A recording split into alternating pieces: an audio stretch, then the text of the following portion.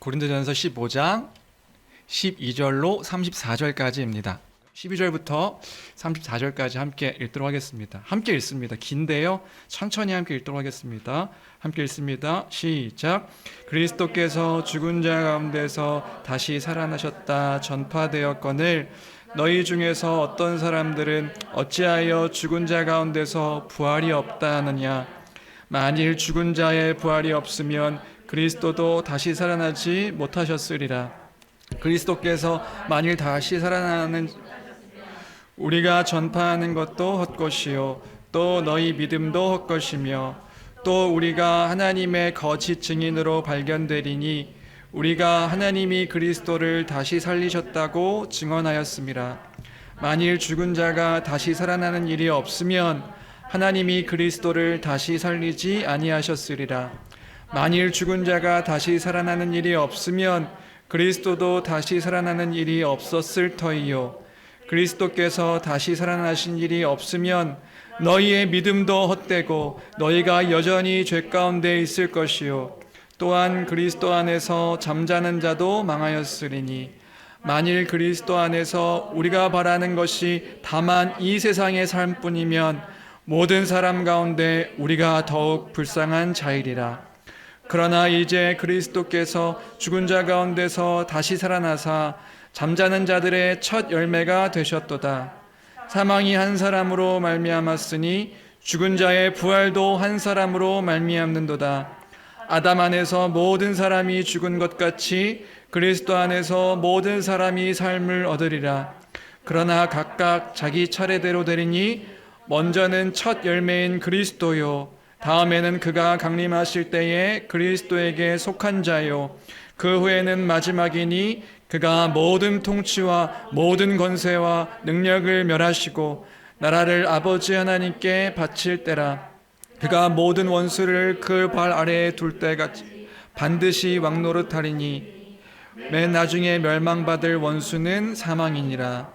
만물을 그의 발 아래에 두셨다 하셨으니 만물을 아래에 둔다 말씀하실 때에 만물을 그의 아래에 두시니가 그 중에 들지 아니한 것이 분명하도다. 만물을 그에게 복종하게 하실 때에는 아들 자신도 그때의 만물을 자기에게 복종하게 하신 이에게 복종하게 되리니 이는 하나님이 만유의 주로서 만유 안에 계시려 하심이라. 만일 죽은 자들이 도무지 다시 살아나지 못하면 죽은 자들을 위하여 세례를 받는 자들이 무엇을 하겠느냐? 어찌하여 그들을 위하여 세례를 받느냐? 또 어찌하여 우리가 언제나 위협을 무릅쓰리요? 형제들아, 내가 그리스도 예수 우리 주 안에서 가진 바 너희에 대한 나의 자랑을 두고 단언하노니 나는 날마다 죽노라. 내가 사람의 방법으로 에베소에서 맹수와 더불어 싸웠다면 내게 무슨 유익이 있으리요? 죽은 자가 다시 살아나지 못한다면 내일 죽을 터이니 먹고 마시자 하리라. 속지 말라. 악한 동무들은 선한 행실을 더럽히나니 깨어 의를 행하고 죄를 짓지 말라. 하나님을 알지 못하는 자가 있기로 내가 너희를 부끄럽게 하기 위하여 말하노라. 아멘. 네, 긴 말씀을 같이 함께 읽었습니다. 설교가 기억나지 않더라도 오늘 본 말씀이 좀 기억났으면 좋겠다 하는 그 마음이 있고요. 우리는 지난주에 베드로전서 그 말씀을 통해서 하나님 나라를 소망하는 나그네라는 그 주제로 함께 말씀을 나눴습니다. 하나님 나라를 소망하는 나그네. 네. 그 당시에 예수를 믿는 것으로 인하여 염려하고 걱정하고 또 무언가 그 회의적인 마음을 갖고 있는 성도들을 위로하는 메시지, 그 메시지가 그 베드로전서의 초반부의 내용이었습니다. 예수 믿는 것이 이렇게 믿는 것이 맞는가? 주님은 정말로 다시 오시나?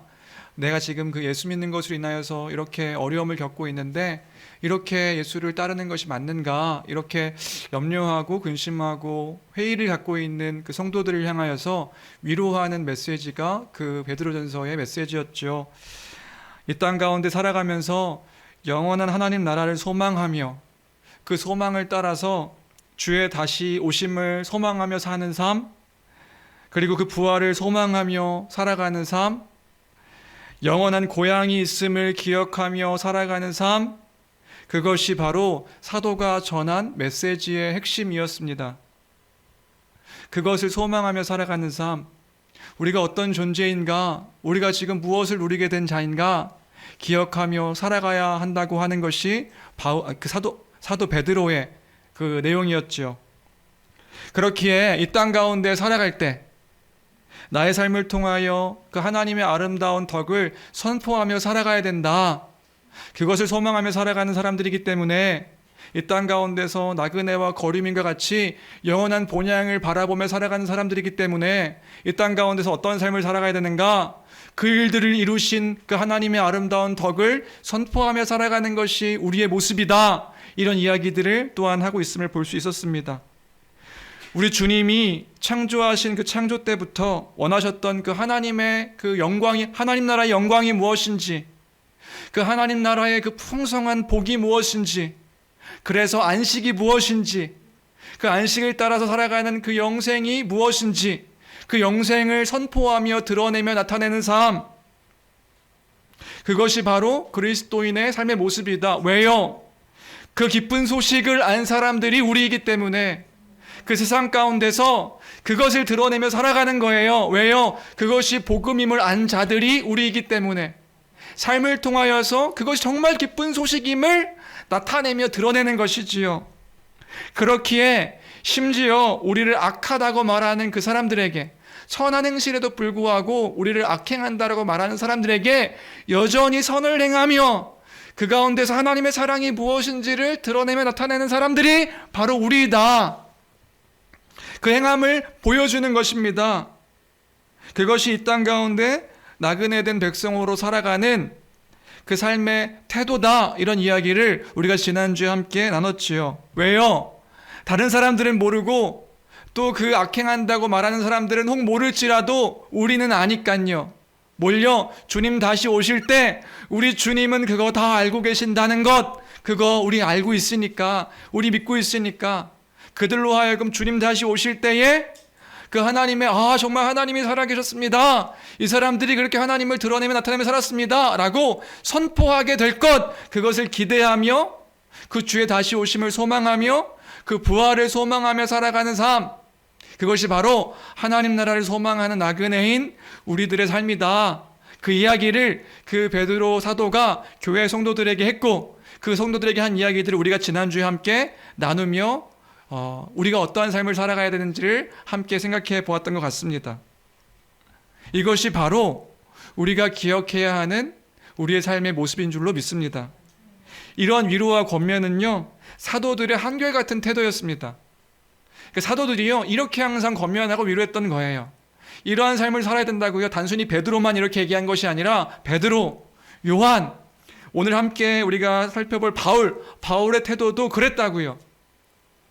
그리고 그리스도 안에서 믿음의 선배된 교회도요, 이러한 삶을 전하고 드러내고 나타내고 이것을 통하여서 하나님이 어떤 분이신지를 드러내며 나타내는 것이 그 믿음의 선배들인 교회들, 우리가 지금 쭉 이어왔던 교회의 참된 모습이었습니다. 교회가 그랬다고요. 교회가 그러한 모습을 드러내고 보여줘야 한다고요. 주 안에 사랑하는 성도 여러분, 우리가 이 소망을 따라서 함께 그 삶을 살아내는 그런 우리 교회가 되길 주님의 이름으로 축원합니다. 그러니까요, 우리를 볼 때마다 이랬으면 좋겠어요. 이런 모습이 다시금 회복됐으면 좋겠어요. 교회 다니는 사람들, 저 사람들을 보니, 당신을 보니 주님이 어떤 분이신지 알 것 같습니다. 당신을 보니까 예수 믿기 싫어요가 아니라 당신을 보니 정말로 주님이 어떤 분이신지 내가 믿지는 않지만 당신을 보니까 예수 믿는 사람들은 이런 것이군요 라고 고백되어지는 그 삶의 모습들을 보일 수 있는 우리가 되길 주님의 이름으로 축원합니다. 그런 우리가 되어야 한다는 것이지요. 우리가 그걸 지난주에 함께 나눴습니다. 이런 맥락에서 오늘 본문을 보면요, 사도 바울은 이제 그 고린도전서 15장에서 부활에 대한 이야기를 하고 있는 것을 볼 수 있습니다. 근데 부활에 대한 이야기를 하는데 부활을 이야기하면서 이렇게 먼저 말하고 시작하는 것을 볼 수 있는데요. 고린도전서 15장 12절입니다. 12절 말씀 같이 함께 읽겠습니다. 함께 읽습니다. 시작. 그리스도께서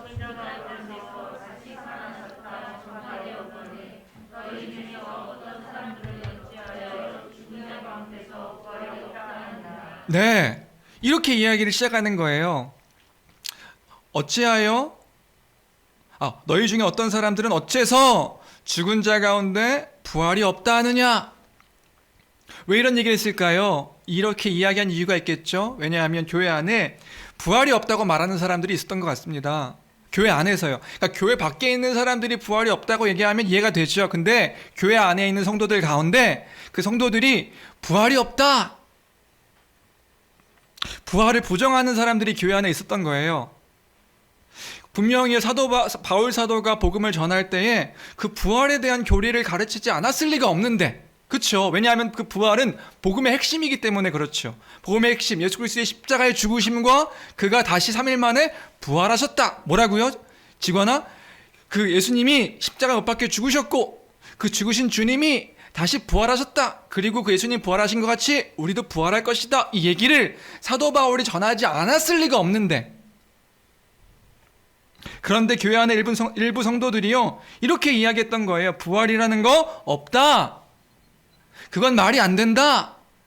그렇게 말하는 사람들이 교회 안에 있었던 거죠.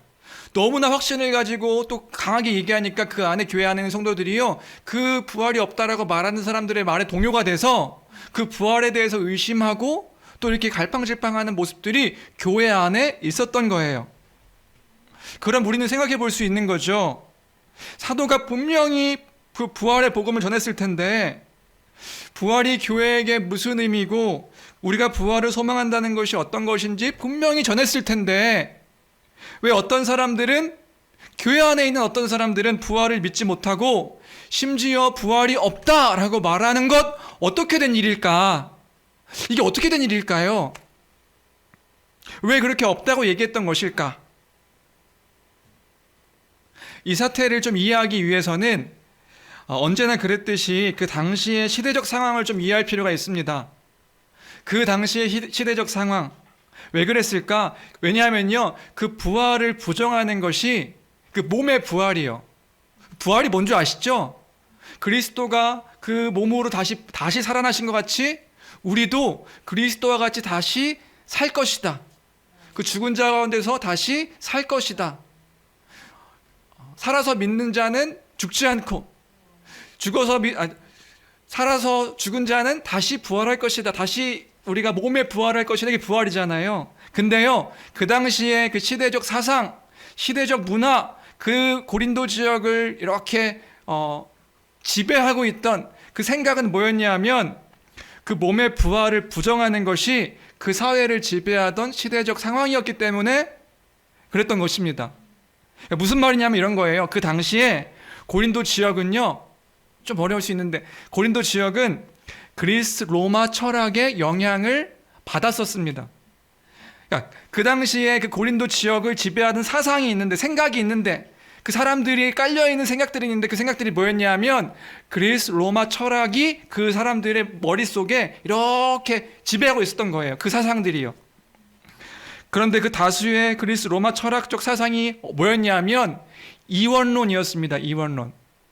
이원론이 뭔가 하면요 쉽게 얘기하면 어떤 개념이냐 하면 눈에 보이는 육체는 악하고 눈에 보이지 않는 그 이성, 영적인 것, 그것은 선하다고 생각하는 사상이 이원론이었어요. 무슨 말인지 이해되세요? 다시요. 그 사람들이 이렇게 그 생각하는 것 안에 그 당시를 지배하고 있던 그 철학, 그리스 로마 철학의 사상이 있었는데 그 사상의 내용이 뭐였냐면 이원론. 육적인 것, 눈에 보이는 것들은 악해요. 선하지 않아요. 그럼 뭐가 선하냐? 눈에 보이지 아니하는 영적인 것, 영적인 세계, 이런 것이 선하다라고 말하는 그 철학이 그 이원론이었던 거예요.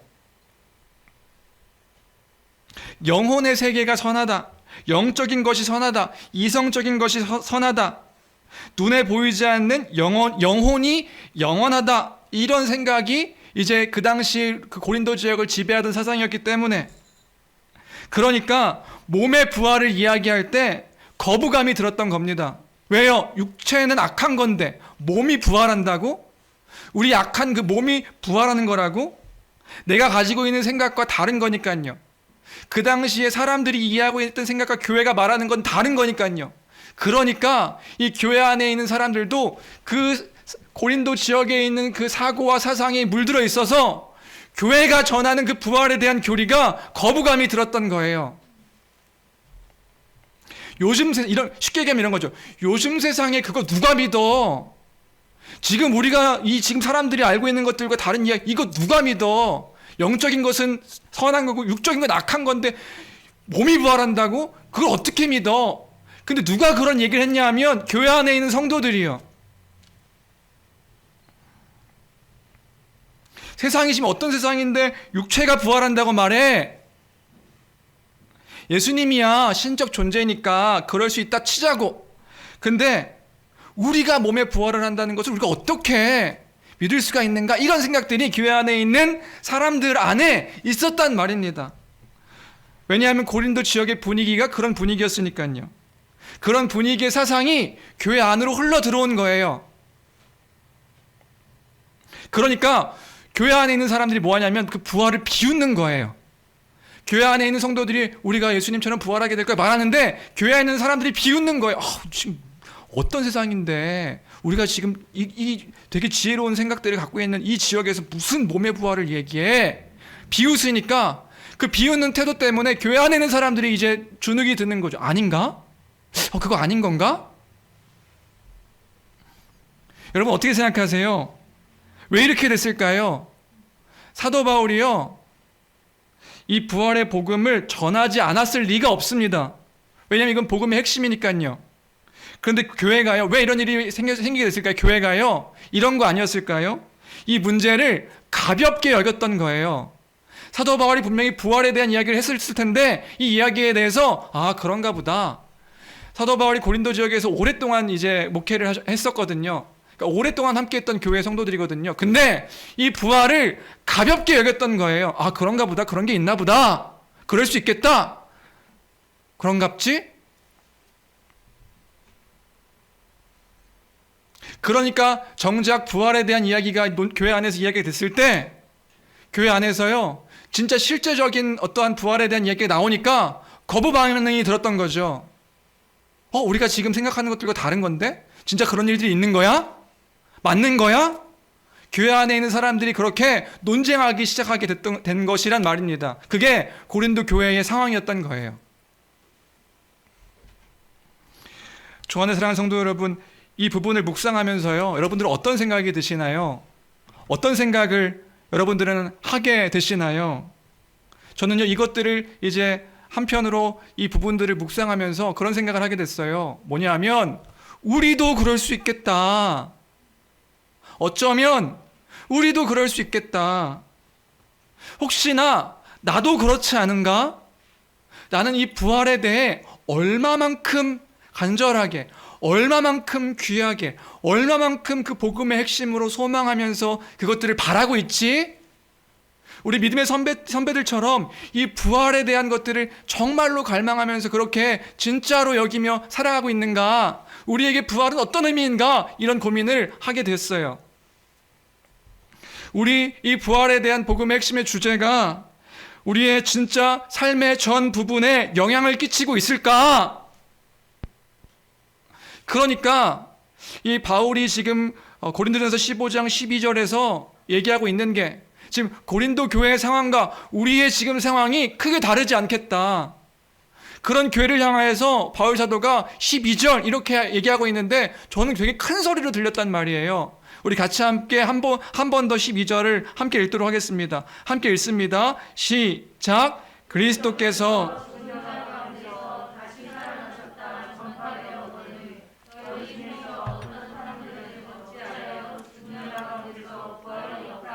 저는 더 크게 들리는 것 같은 거예요. 어떻게 읽히냐면 그 부활을 막 부정하고 있는 교회를 향해서요, 그리스도께서 죽은 자 가운데서 다시 살아나셨다 전파되었거늘 너희 중에서 어떤 사람들은 어찌하여 죽은 자 가운데 부활이 없다느냐? 주님이 부활하셨는데 어째서 너희는 그 부활이 없다고 하느냐, 이렇게 얘기하는 것처럼 들린단 말이지요. 주 안에 사랑하는 성도 여러분, 우리 주님이 부활하셨습니다. 그 부활 때문에 우리도 주님 다시 오실 때 우리가 주님과 같이 부활하게 될 줄로 믿습니다. 그것을 믿는 거란 말이에요. 무슨 말인지 이해돼요? 나중에 의뢰가 컸을 때 부활 얘기하면 어떻게 그게 가능할 수가 있어? 이렇게 얘기하면 안 된다고요. 왜냐? 우리 주님이 부활하셨다고요. 우리는 그리스도인은 그 부활하심을 믿는 사람들이고 그 부활하심 때문에 우리도 부활하게 될 것이다. 그것을 믿는 사람들이란 말입니다. 어찌하여 너희가 부활이 없다 하느냐? 예수 그리스도께서 십자가에 못 박혀 죽으셨습니다. 죽으신 지 3일 만에 부활하셨습니다. 4월 셋째 주가 부활주일이거든요. 한 번 더 부활을 얘기해야 되는데 부활하셨습니다. 그가 부활하신 후에 40일간 제자들과 함께 하시고 하나님 나라 복음을 전하신 후에 하늘로 오르셨고, 그 예수님이 하늘로 오르셨다고요.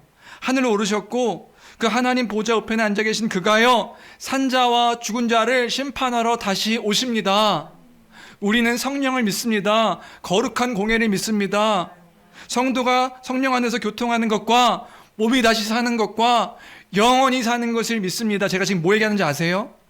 사도신경 얘기하고 있는 거예요. 우리의 신앙의 고백으로 고백하는 그 사도신경 안에 그것을 고백하고 있는 거라고요. 누가? 우리가요.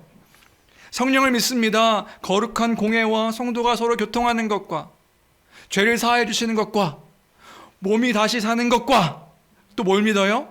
영원히 사는 것을 믿습니다. 아멘 하고 우리가 신앙 고백하는 거잖아요. 그것이 우리의 삶 가운데 중요한 복음의 핵심이란 말입니다. 우리는요, 그것을 믿는 자라고요. 그것을 소망하는 자들이라고요. 그때 몸이 다시 살아나 영원한 나라 가운데 거하며 산다. 그런데 이 신앙 고백을 우리가 얼마나 진지하게 고백하고 있을까? 이것이 우리의 진짜 고백이면 우리가 소망하는 것이 달라야 되지 않겠습니까? 근데 우리도 한편으로 그렇지 않을까? 뭐냐 하면 우리는 지금 그 그리스 로마 철학이 사상이 지배하는 그런 시대에 살고 있지는 않습니다. 그러나 우리가 지금 처해 있는 상황 가운데 어떤 상황이지요? 우리는 근대 이후로 과학이 발달해서 과학이 말하는 것만이 진리다라고 말하는 시대 속에 우리가 살아가고 있어요. 그래서 과학이 인정해 주는 것만 맞아, 사실이야, 팩트야. 과학이 얘기해 주지 않은 것은 사실이 아니야 라고 말하는 그런 사상 가운데, 그런 생각 가운데 우리가 지금 살아가고 있는 세상이 그런 세상이란 말이지요. 과학적으로 밝혀내지 않은 것은 믿을 수 없는 것, 과학이 말하는 것은 사실이고 그것을 믿을 수 있는 것, 그것이요, 그것만을 말해야 된다라고 말하고 얘기하고 있는 세상이 우리가 살고 있는 세상입니다. 어찌 보면 고린도 지역에서의 그 모습과 우리가 지금 살아가고 있는 그 모습이 전혀 다르지 않을 수도 있는 것이란 말입니다. 그런데 그때에 우리가 선포하고 고백하는 내용은 뭐예요? 뭐냐 하면 하나님이 살아계십니다. 과학은 하나님이 살아계신지 살아계시지 않는지를 증명할 수 없어요. 그런데 우리가 믿음으로 고백하는 내용은 무엇이지요? 우리는요, 하나님이 살아계심을 고백하는 사람들이란 말입니다. 그것이 과학이 말하는 게 진리고 과학이 말하는 게 진리가 아니다, 말하지 않는 게 진리가 아니다, 이렇게 우리가 믿는 자들이 아니라, 그렇다고 과학을 부정하는 게 아니라요. 우리가 믿는 것은 혹 과학이 이야기하지 않는 것이라 할지라도 하나님이 계신다. 하나님이 온 우주 만물을 만드셨고 하나님이 세상을 창조하셨다. 지구를 중심으로 세상을 창조하시고 그 가운데 사람을 귀하게 만드셨다. 그래서 우리가 귀한 존재다. 이 사실을 믿는 이들이 우리란 말입니다. 여러분, 이 사실을 믿으십니까? 진실로 믿으시나요? 그러면 우리의 삶이요, 다 바뀌는 것이란 말이지요. 하나님께서요, 우리에게 복을 허락하시고 그 참된 안식과 영생을 허락하시며 우리와 함께하기를 원하시는 주님이십니다. 이 사실을 우리가 믿는 자들이란 말이지요. 이걸 믿는다면 우리는요, 다 달라지는 거예요.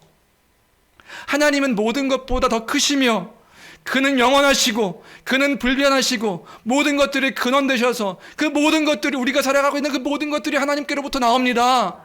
우리는 이 사실을 믿는 자들이란 말이지요. 이런 이야기들을 때로는 막연하게 생각하는 우리가 아닐까? 아니요, 아닙니다. 왜 우리가 막연하게 생각할까요? 한편으로는 우리가 그 사상 가운데 물들어 있는 건 아닐까? 과학이 밝혀낸 게 아니거든요. 그래서 우리 복음의 핵심 때 그 얘기했죠. 영적인 것? 아, 영적인 거. 아, 하나님 말씀? 아, 그냥 하나님 말씀. 근데 여전히 우리는 삶 가운데서요, 갈팡질팡하면서 염려하고 걱정하는 거예요. 왜요? 하나님이 살아계신다는 것들이 우리에게 너무나 막연한 것이란 말이지요. 주의 말씀이 너무나도 막연하게 들리는 거란 말이에요. 우리가 그런 모습 아닌가요? 부활도 마찬가지예요.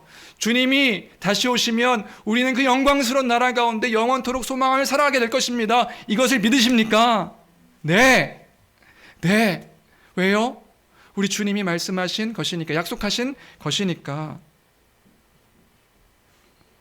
여전히 의심하고 있는, 여전히 그것들 가운데 갈팡질팡하고 있는 그들을 향해서 사도 바울이 지금 고린도전서 15장 12절에 말하는 것은 그런 것이란 말입니다. 우리 다시 한번 읽어볼까요? 고린도전서 15장 12절입니다.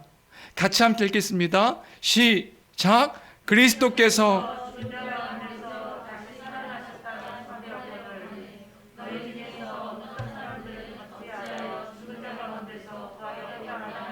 네, 그리스도께서 죽은 자 가운데서 다시 살아나셨다 전파되었거늘 너희 중에서 어떤 사람들은 어찌하여 죽은 자 가운데서 부활이 없다 하느냐? 부활이 있다. 부활이 있기에 우리에겐 소망이 있는 것이다. 이 사실을 기억하는 우리 모두가 되길 주님의 이름으로 축원합니다. 이것을 믿는 자들이 우리다. 시대가 이야기하는, 그 시대가 지배하고 있는 그 사상을 뛰어넘는 그 일들이 일어났는데 지금 무슨 말하고 있는 거냐?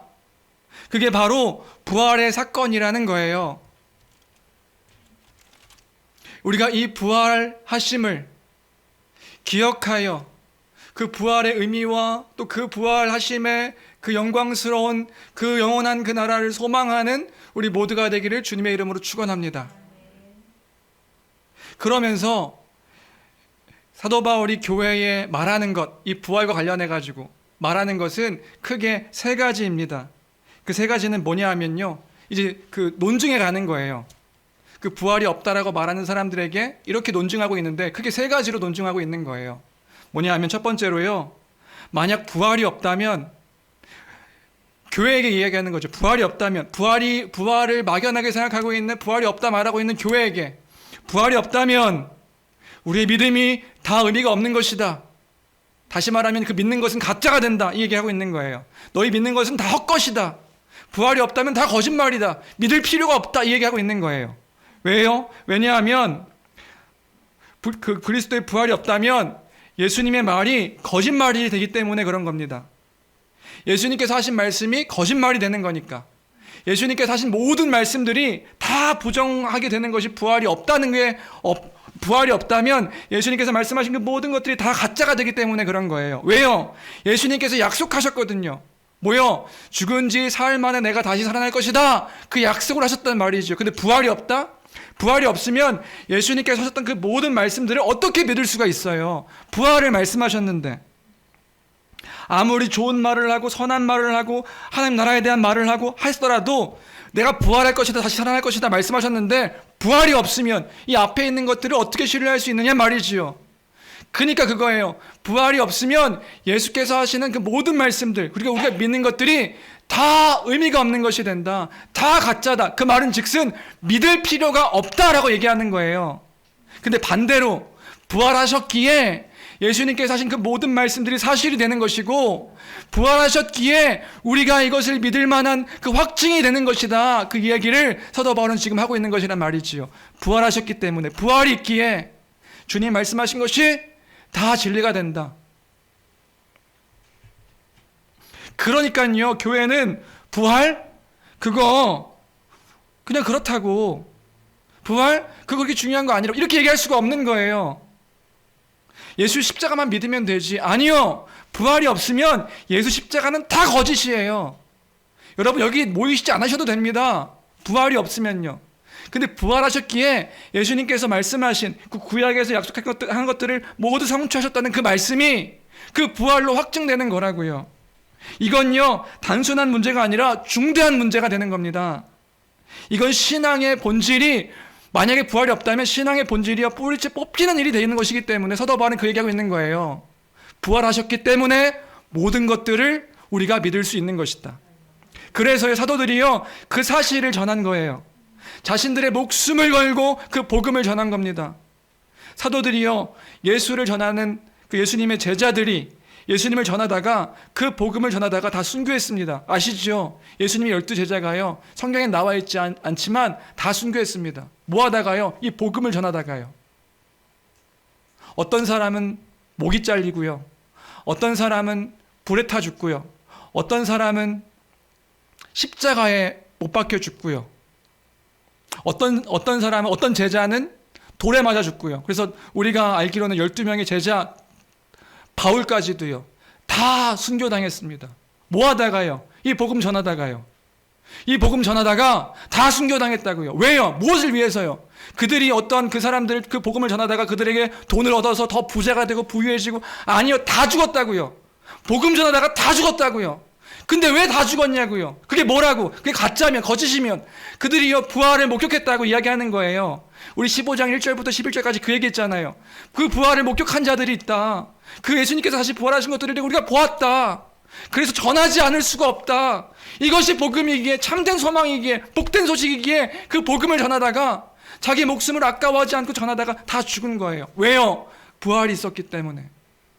그 부활 때문에 이 모든 것들은 다 믿을 수 있는 것이 되었다, 이 얘기를 하고 있는 거라고요. 근데 부활이 없다고? 부활을 소홀히 여긴다고? 교회가 그렇게 부활이 없는데 십자가를 믿는다고? 그건 아니다 라고 말하는 게 지금 사도 바울의 논리인 거예요. 첫 번째 논리. 부활이 없다면 모든 것이 다 가짜다. 너희는 가짜를 믿는 거다. 근데 부활이 있다면 그 모든 것이 진짜인 것이다.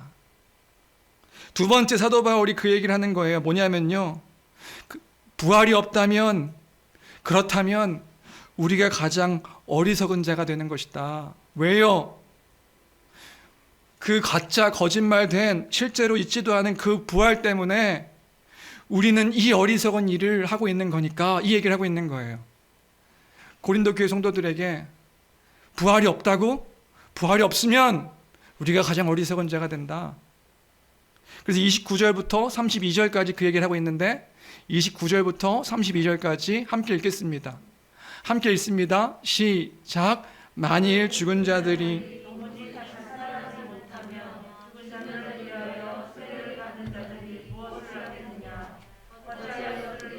세례를 받느냐, 또 어찌하여 우리가 언제나 위험을 무릅쓰리요. 형제들아, 내가 그리스도 예수 우리 주 안에서 가진 바 너희에 대한 나의 자랑을 두고 단언하노니 나는 날마다 죽노라.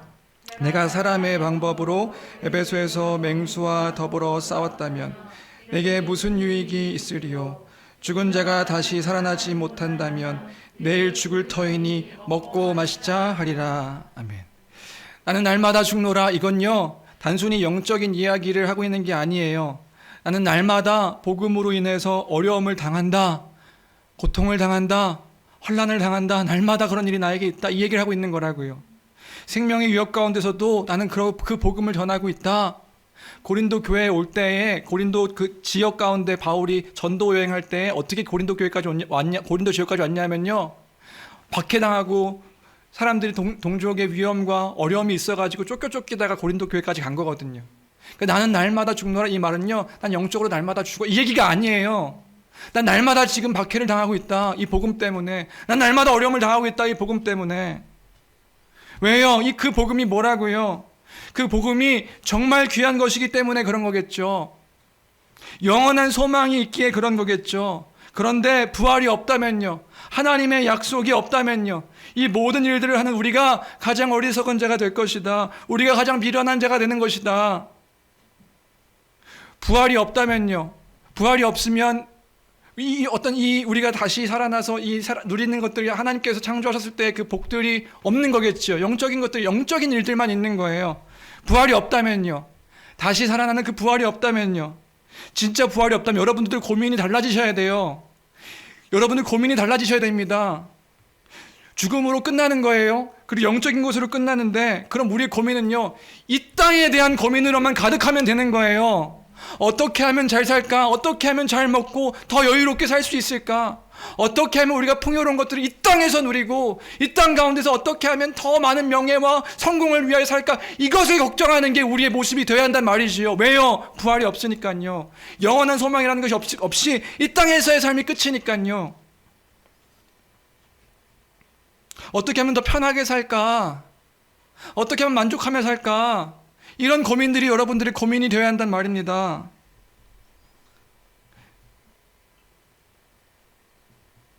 이런 고민을 해야죠. 사도 바울은 그거예요. 그런 고민을 했겠지. 이런 고민을 해야지. 내가 지금 이렇게 살았겠는가? 내가 지금 이 어려움 가운데 살았겠는가? 사도 바울이 어떻게 살았는지는요, 고린도 후서 11장에서 더 말하고 있는 것을 볼 수 있습니다. 고린도 전서에서도 이야기하고 있는데, 고린도 후서에서도 이렇게 이야기하고 있더라고요. 고린도 후서 11장, 개역 개정은 좀 어려워서, 그러니까 우리말 성경으로 좀 이렇게 갖고 왔는데, 있나요? 같이 함께 읽어보시겠어요? 바울이요, 자신의 삶을 이렇게 이야기하는 거예요. 같이 함께 읽겠습니다. 시작. 그들이 그리스도의 일꾼입니까? 내가 정신 나간 사람처럼 말합니다마는 나는 수고도 많이 하고 매도 수없이 맞고 감옥살이도 많이 하고 죽을 고비도 여러 번 넘겼습니다. 유대 사람들에게 40에 하나 감한 매를 5번이나 맞았고 3번 채찍으로 맞았고 1번 돌로 맞았고 3번이나 파선을 당했고 밤낮 하루 꼬박을 바다에서 헤맨 적도 있습니다. 나는 수차례에 걸쳐 여행해서 강의 위험과 강도의 위험과 동족의 위험과 이방 사람의 위험과 도시의 위험과 광야의 위험과 바다의 위험과 거짓 형제들의 위험을 겪었습니다. 나는 또 수고와 곤고와 종종 자지 못하는 것과 배고픔과 목마름과 때로 아무 먹을 것도 없는 것과 추위와 헐벗음 가운데 지냈습니다. 그런데 이와 별도로 날마다 나를 억누르는 것이 있으니 곧 내가 모든 교회를 위해 염려하는 것입니다. 왜 이런 삶을 살아요? 왜 이런 삶을 사는 목적이 뭐예요? 이런 삶을 왜 이 땅 가운데 살아요? 이 땅에서 삶이 끝이면 이 땅에서 어떻게 하면 더 잘 살까를 고민해야죠. 근데 그게 아니라는 거예요. 다른 소망이 있다는 겁니다. 우리에겐 다른 소망이 있는 것이란 말입니다. 그게 뭐냐 하면, 진짜 소망이 뭐냐 하면 마지막으로 그 얘기하는 거예요. 진짜 소망이 뭔데요? 그게 부활이다, 이렇게 얘기하는 거예요. 부활이 있기에, 그 부활 때문에 우리는 이 땅 가운데서 이렇게 살아가지만 그 부활의 소망이 있기에 우리는 이 땅 가운데서 베드로 사도의 고백처럼 나그네와 같은 삶을 살지만 영원한 본향이 있음을, 주님 다시 오시면 영원히 부활하여 그 온전히 회복되어 저희 나라 가운데 거하는 것을 알기에 믿기에 우리가 그 부활 때문에 그 영원한 소망 때문에 살아가는 것이다, 이 얘기를 하고 있는 것이란 말이지요. 그게 15장 19절부터 22절까지의 말씀입니다. 15장 19절, 우리가 함께 읽었던 15장 19절부터 22절 함께 읽겠습니다. 시작. 우리가 바라는 것이 다만 이 세상의 삶뿐이면 모든 사람 가운데 우리가 더욱 불쌍한 자이리라. 그러나 이제 그리스도께서 죽은 자 가운데서 다시 살아나사 잠자는 자들의 첫 열매가 되셨도다. 사망이 한 사람으로 말미암았으니 죽은 자의 부활도 한 사람으로 말미암는도다. 아담 안에서 모든 사람이 죽은 것 같이 그리스도 안에서 모든 사람이 삶을 얻으리라. 아멘. 만일 그리스도 안에서 우리가 바라는 것이 다만 이 세상의 삶뿐이면 모든 사람 가운데 우리가 더욱 불쌍한 자다. 그러나 부활이 있다면 그 부활이 있다면 그리스도 안에서 모든 사람이 삶을 얻으리라. 생명을 얻으리라. 그 부활의 영생을 얻게 되는 것이다. 우리에게 이 영원한 나라의 소망이 우리에게 있는 것입니다. 그러니까 이 땅 가운데서 그 지난주 설교랑 이렇게 연결해서 생각을 해보는 거죠. 그 본향을 따라 썩지도 않고 더럽지도 않고 쇠하지도 않는 영원한 것이 주 앞에 있음을 기억하여 그 나라 바라보며 주의 아름다운 덕을 선포하며 선한 행실을 하며 살아가고 살아내는 삶, 그것이 우리의 삶에 그 주님이 어떤 분이신지를, 우리에게 행하신 것이 무엇인지를 나타내는 것을 삶의 목적으로 두고 살아가는 삶, 그것이 진짜인 것을 믿어서 그것을 조롱하고 비방하는 이들로 하여금 우리 주님 살아나신 것이 그 부활이 사실이기에 우리도 그 부활을 소망하며 산다라고 말할 수 있는 삶, 그것이 바로 우리가 살아가는 삶의 모습인 것이겠지요. 그래서 이 부활과 관련해 가지고 제가 정말 좋아하는 목사님, 저도 때로는 이렇게 이것이 맞나 의심될 때마다 한 번씩 다시금 이렇게 믿음의 선배처럼 이렇게 찾아듣는 설교와 또 목사님 여쭈는 목사님들이 계신데, 그 가운데 한 분인 그 노진준 목사님 그 부활에 대한 이야기 짧은 그 영상 같이 나누셨던 분들도 있긴 하겠지만, 다시 한번 우리가 기억하면서, 그러니까 정일국 목사 혼자 전하는 게 아니다, 그런 거 있거든요. 가끔 저 혼자 하는 소리 같아가지고 외로울 때가 있는데, 이런 선배들 목사님들이 계셔서 같이 외쳐주시면 너무 고마울 때가 있어요. 그 목사님 그 부활에 대한 마지막 그 소망의 내용 영상 가져왔는데, 같이 함께 마지막으로 보고 기도하고 마치면 좋을 것 같습니다.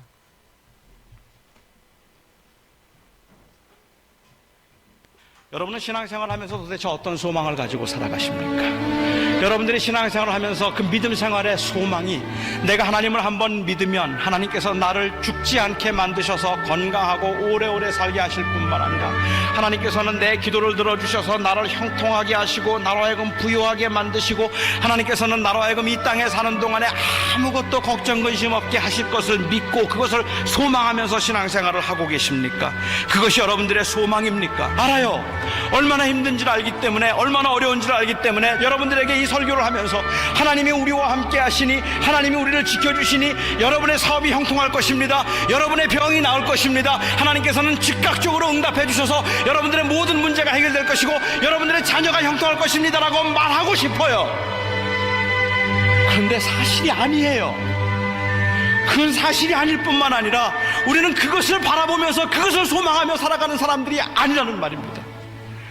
우리의 소망은 거기에 있는 것이, 그것이 아니라 바로 예수 그리스도의 부활에 있다는 말입니다. 가진 것도 없고 실력도 없어서 하루하루 사는 게 불안하고 너무 초라해 보이고, 다른 사람들이 조롱할 만큼 그야말로 손에 아무것도 쥔 것 같지 않고 배운 것조차 없어서 이 땅에서 살아가면서 도대체 어떻게 살아갈까가 막막한 사람들이라 할지라도, 저는 여러분들에게 불쌍하다 말하지 않습니다.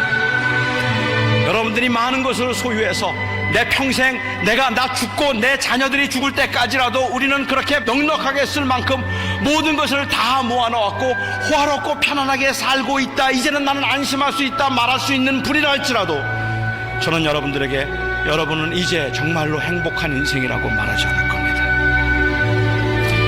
하나님께서 눈물을 씻기시고 때 묻은 옷을 벗기시고 새 옷을 입혀주실 부활, 그 부활 때문에 모든 것은 다 달라집니다.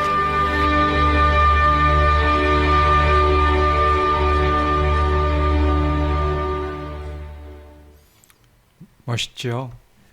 이것을 소망하는 것이 모든 교회의 모습이었습니다. 이것을 따라서 살아가는 것이 우리 모든 신자의 그 소망이었습니다. 그러니까 이 땅 가운데서 그 주를 위해 살아갈 수 있죠. 바울처럼 살지 못하더라도, 그 작은 신음의 어떠한 이야기를 할지라도 나는 부활을 소망합니다, 그 복음을 기대합니다, 그 하나님 나라를 바라봅니다 라고 말할 수 있는 것이겠지요.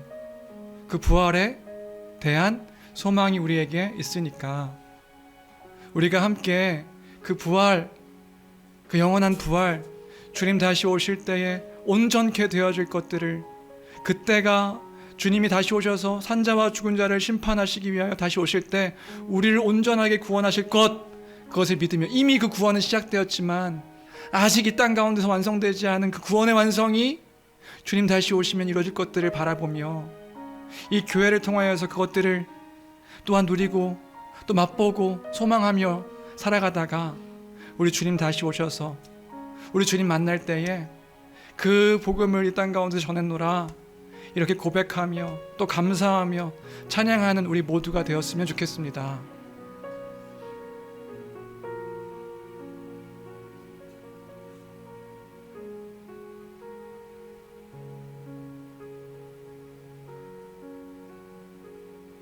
진짜 그랬으면 좋겠습니다. 2주간 이 부활에 대한 설교를 준비하는데, 그러니까 바울이 뭔가 말하는 걸 이해하지 못하는 건 아닌데 부활을 이야기하는 게 왜 이렇게 힘들지? 이런 생각을 2주 동안 했던 것 같아요. 첫 번째는 저의 문제일 수도 있겠고, 두 번째는 제 안에 있는, 우리가 진짜 이거 소망하는 건 맞나? 정말 우리 교회가 그것들을 바라보는 건 맞나? 허무한 외침이 되면 어떡하지?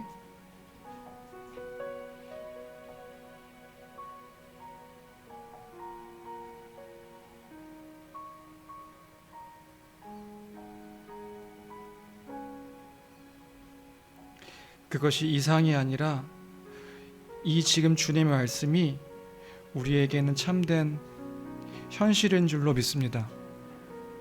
우리가 이것을 믿기에, 이것을 우리가 진짜 소망하기에, 우리가 지금 현실이라고 말하는 이 죄악된 또 옳지 아니하는 그 모습 속에서도 그 주의 뜻을, 주의 영광을, 주의 말씀을, 그 주의 사랑을 전하는 우리가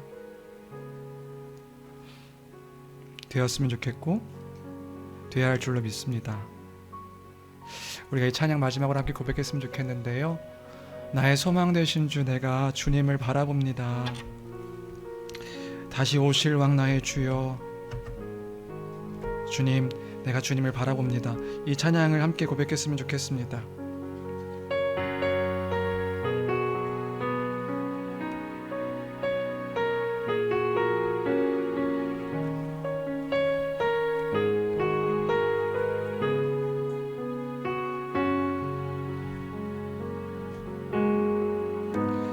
나의 소망 되신 주, 주를 바라봅니다.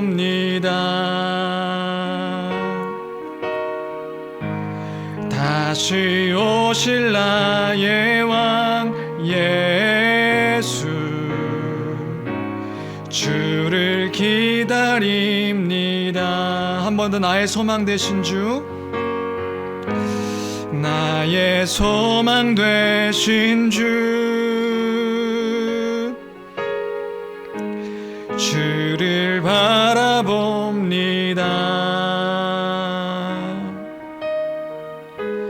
다시 오실 나의 왕 예수, 주를 기다립니다.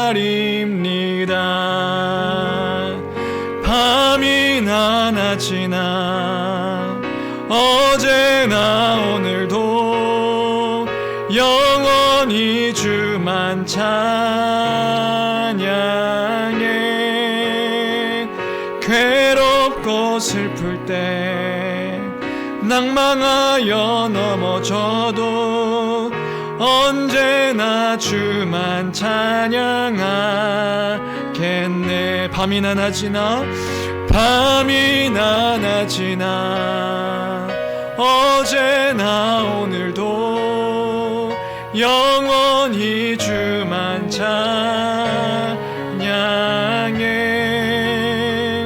괴롭고 슬플 때 낭망하여 넘어져도 언제나 주만 찬양하. 우리 마지막으로 밤이나 낮이나 어제나 오늘도 영원히 주만 찬양해. 괴롭고 슬플 때 낭망하여 넘어져도 언제나 주만 찬양하겠네.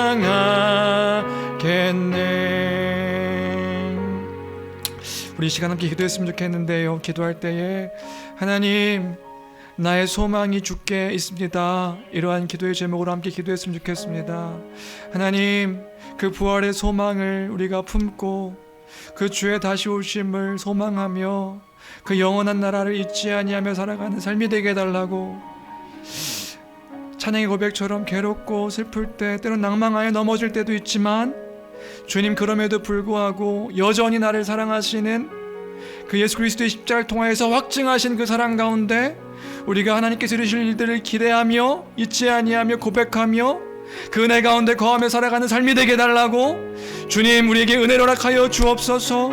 주님, 믿음 허락하여 주시옵소서. 우리 간절한 마음으로 함께 기도하며 나가도록 하겠습니다. 기도하시겠습니다. 존귀하신 하나님 아버지, 감사합니다. 주님, 그 복음이 우리에게 있습니다. 주님, 이 복음이 우리에게 있습니다. 주님, 이 복음이 우리에게 있습니다. 예수 그리스도의 십자가의 죽으심과 그로 말미암아 이루신 그 부활의 영광의 복음이 우리에게 있습니다. 주님, 그 부활로 말미암아 우리가 소망하는 것이 무엇인지 수많은 사도들이 그 죽음을 다하여서 전했던 그 부활의 복음이 우리에게 있습니다. 하나님 아버지, 하나님 아버지, 이 복음이 우리에게 있는데 주님, 우리가 무엇을 두려워하리요? 주님, 무엇을 염려하리요? 주님, 모든 것이 주 뜻 안에 있음을 우리가 기억하며 주님께 모든 것들을 맡기며 살아가는 삶이 되게 허락하여 주옵소서. 주님, 이 땅 가운데서 주님을 섬기며 사는 삶이 어리석은 삶이 아님을 주여 기억하게 하시고, 주님, 우리가 때로는 의심되고 염려되고 걱정되고 아버지 하나님, 그렇게 내 마음 가운데 심령 가운데 그 두려움이 엄습할 때에 하나님 아버지, 우리 사도들의 고백과 같이 썩지 않고 더럽지 않고 쇠하지 않은 것이 하늘에 있음을 기억하여 그 유업이 우리에게 있음을 또한 기억하며 주님, 그 모든 눈물을 닦아주시고 모든 아픔을 새롭게 하실 그 주님을 기대하며 소망하며 살아가는 우리 삶이 되게 하여 주옵소서. 하나님의 아름다운 덕을 선포하며 주님, 악하다 얘기하는 그들에게도 여전히 하나님의 그 선을 드러내며 나타내는 삶이 되게 허락하여 주옵소서. 주님, 우린 또 넘어지고 쓰러질 때가 있습니다. 강팍한 그 심령들을 대하며 만날 때마다 주님, 우리가 그 마음 가운데 넘어질 때가 있음을 아버지, 그 연약한 자임을 고백합니다. 주여 아버지, 그러나 주님, 우리에겐 주님이 있습니다. 성령께서 우리와 함께 하시니 주님, 누가 우리를 그리스도의 사랑에서 끊으리요? 누가 우리를 그리스도의 사랑에서 끊을 수 있습니까? 그 어떤 것도 끊을 수 없게 주님, 우리가 여기 있습니다. 주님,